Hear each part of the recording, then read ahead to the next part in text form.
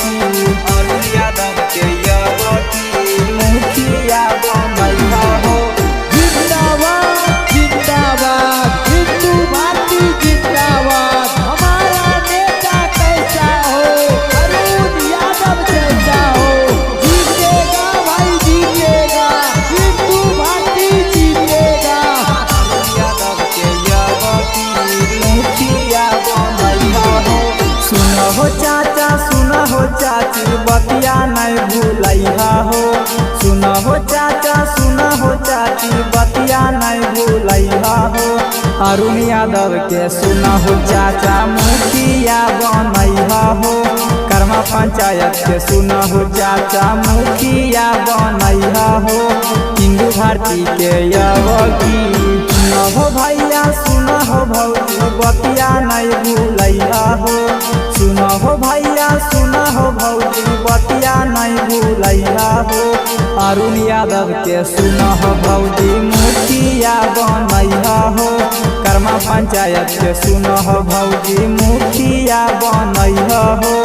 अरुण यादव के यवकी हमारा नेता कैसा हो, अरुण यादव जैसा हो। जीतेगा भाई जीतेगा, हिंदू भारती जीतेगा।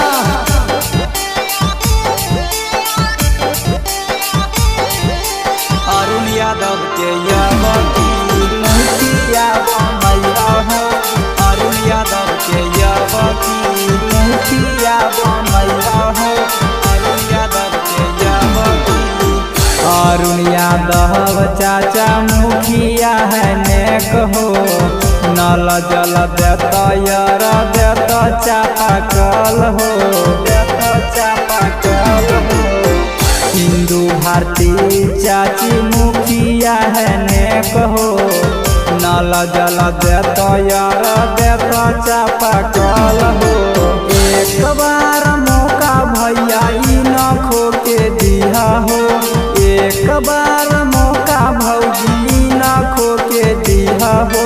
हिंदू भारती के सुना हो चाची मुखिया बनैहा हो। कर्मा पंचायत के सुना हो चाची मुखिया बनैहा हो।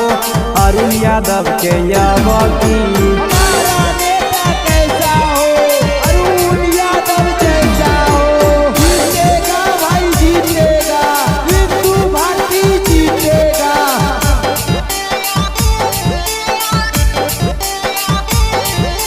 अरुण यादव के यवकी मुखिया बनैहा हो। अरुण यादव के यवकी मुखिया बनैहा हो। अरुण यादव के यवकी करत विकास के हो तो पूरा यास हो। छत चबूतरा देत करत रोड पास हो, करत रोड पास हो। करत विकास के हो तो पूरा यास हो।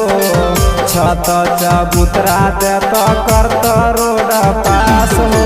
पैसा पर चाचा चाची केहू नहीं बिकैहा हो।